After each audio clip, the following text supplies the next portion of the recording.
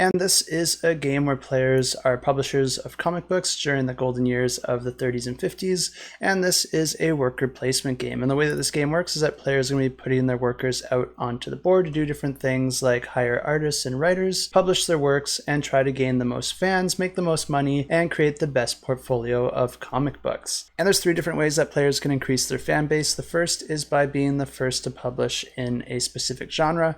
The second is by publishing comic books with staff that are specialized in the genre of the comic book that you're publishing. And the third is by completing special orders out on the map. And the game plays over 6 rounds where players are going to be taking turns putting their workers out on the map in order to perform their actions. And there's 6 different action spaces that players can choose.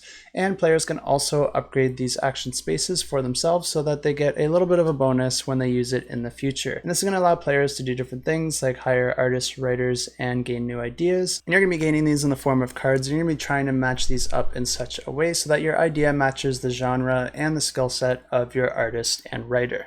There's also a section of the board that represents the streets of New York, and there's going to be different pop-up stands and comic book stores out on this board that you'll be able to interact with, and you'll be able to perform an action in order to move your sales staff around on this board.